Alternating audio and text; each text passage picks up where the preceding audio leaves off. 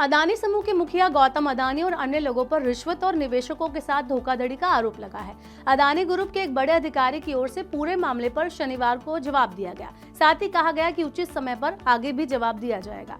आइए जानते हैं कि अदानी ग्रुप की नई सफाई क्या है। अदानी ग्रुप के chief financial officer Jugeshinder Robbie Singh ने अमेरिका में लगे आरोपों के जवाब में कहा कि यह मामला अदानी ग्रीन एनर्जी के केवल एक कॉन्ट्रैक्ट से जुड़ा है, जिसकी वैल्यू अदानी ग्रीन एनर्जी के कुल कारोबार का करीब 10% ही है।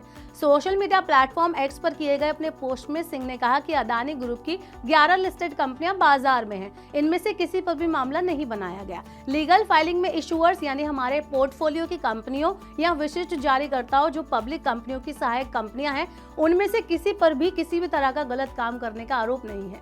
अदानी ग्रुप के सीएफओ ने कहा कि बहुत सारी खबरें चल रही हैं, जिसमें इधर उधर की बातें यानी अनरिलेटेड आइटम को उठाकर सुर्खियां बनाने की कोशिश की जा रही है। हम मामले की विस्तार से समीक्षा करने के बाद उचित समय पर जवाब देंगे।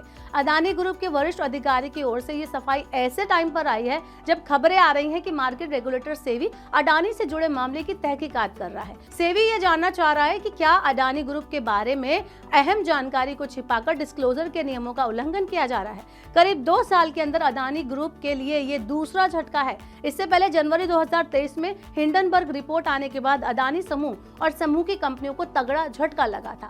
हिंडनबर्ग के झटके से बाहर आने में अदानी समूह की कंपनियों के ज्यादातर शेयर को तकरीबन 1.5 साल तक का वक्त लगा था। वहीं यूएस ब्राइबरी मामला सामने आने के बाद गुरुवार को अदानी समूह के सारे शेयर भरा-भर करके गिर गए थे।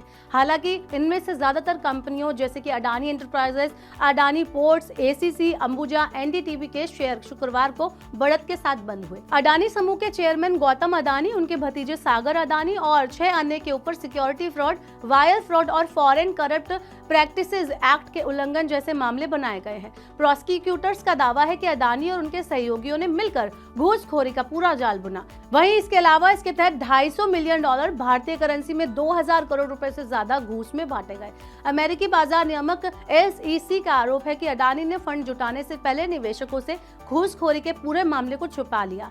निवेशकों को यह नहीं बताया गया कि अडानी समूह की कंपनी जो प्रमुख सौर ऊर्जा परियोजना मिली है, उसे भारतीय अधिकारियों को रिश्वत देकर पाया गया है।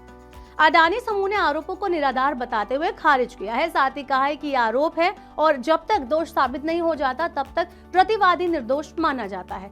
अडानी ग्रुप के सभी संभव कानूनी उपाय अपनाने की बात कही है। मामला सामने आने के बाद कयास लगाए जा रहे हैं कि अडानी इसे सेटल करने की कोशिश करेंगे या मुकदमा लड़ेंगे। अडानी समूह और सीएफओ के बयान से लगता है कि वो आर पार की लड़ाई लड़ सकते हैं। आपका क्या कहना है, आप हमें कमेंट बॉक्स में बता सकते हैं और ऐसी और वीडियोस के लिए देखते रहिए मनी 9 और सब्सक्राइब करें मनी 9 का यूट्यूब चैनल।